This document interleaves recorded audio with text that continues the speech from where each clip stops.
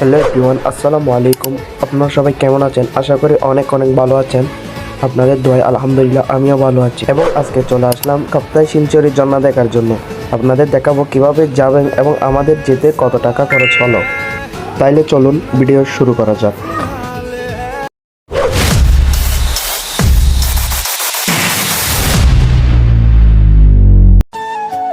দিনটি ছিল শুক্রবার। আমরা শান্তিরহাট থেকে একটি সিএনজি নিয়ে সবাই রওনা দিলাম কাপ্তাইয়ের উদ্দেশ্যে। এবং যাইতে যাইতে সবাই গাড়িতে বসে বসে মজা করতেছিল।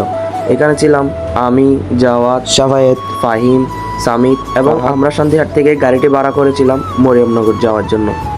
যেহেতু দিনটি ছিল শুক্রবার অর্থাৎ জুমাবার, আমরা সবাই প্ল্যান করেছিলাম জুমার নামাজ আদায় করব মরিয়মনগর চৌমোহনী শাহী জামিয়া মসজিদে। অবশেষে আমরা চলে আসলাম মরিয়মনগর চৌমোহনী। শান্তিরহাট থেকে মরিয়মনগর পর্যন্ত আমাদের প্রতিজনের গাড়ি ভাড়া নিয়েছিল 20 টাকা করে। তো আমরা নামাজ আদায় করার জন্য ঢুকে পড়লাম মসজিদে। অবশেষে আমরা নামাজ আদায় করে সবাই একত্রিত হয়ে রওনা দিচ্ছি চন্দ্রকোনার উদ্দেশ্যে। অবশেষে আমরা মরিয়মনগর থেকে একটি সিএনজি নিয়ে চলে যাচ্ছি চন্দ্রকোনা লিচু বাগান। মরিয়মনগর থেকে চন্দ্রকোনা লিচু বাগান যাওয়ার জন্য আমাদের প্রতিজন থেকে গাড়ি ভাড়া নিয়েছিল 15 টাকা।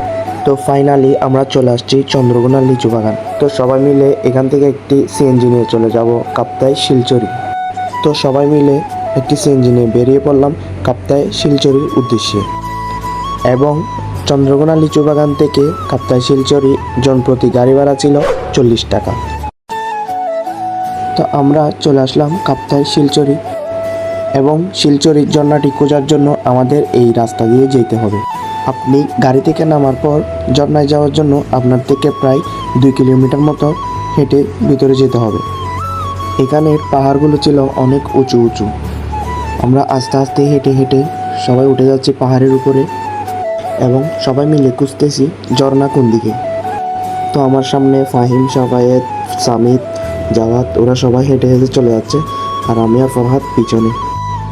এই পাহাড়টা ছিল একটু উঁচু নিচু টাইপের, যার জন্য আমাদের হাঁটতে একটু কষ্ট হয়েছিল। কষ্ট হলেও এই পাহাড়ে হাঁটতে অনেকটা ভালোই লাগতেছিল।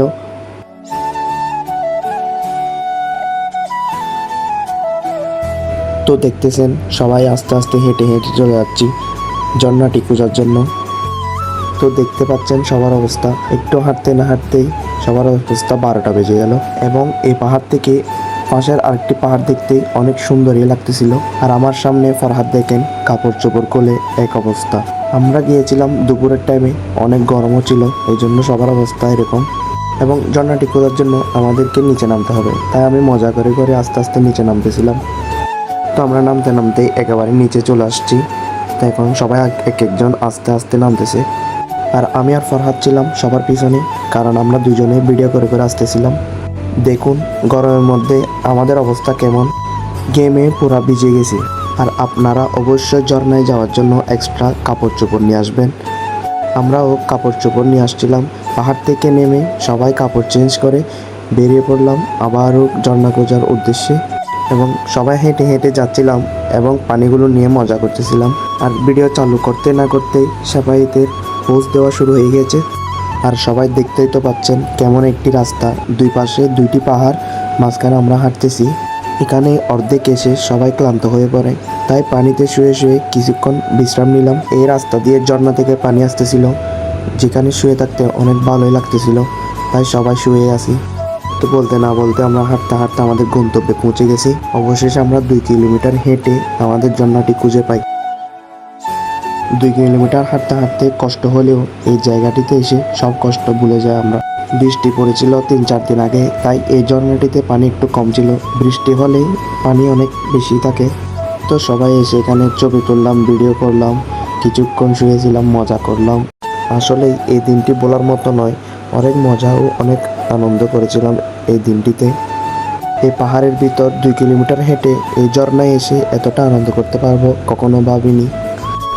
জ্বর, সর্দি, কাশি নিয়ে এই ভয়েস ভিডিওটি দিয়েছিলাম, জানি না কেমন হয়েছে, গলার অবস্থা তেমন ভালো না, ভুল হলে ক্ষমা করে দিবেন। আর আজকের ভিডিওটি এতটুকু, দেখা হবে আবার নতুন কোনো ভিডিওতে। সম্পূর্ণ ভিডিওটি দেখার জন্য ধন্যবাদ। আসসালামু আলাইকুম।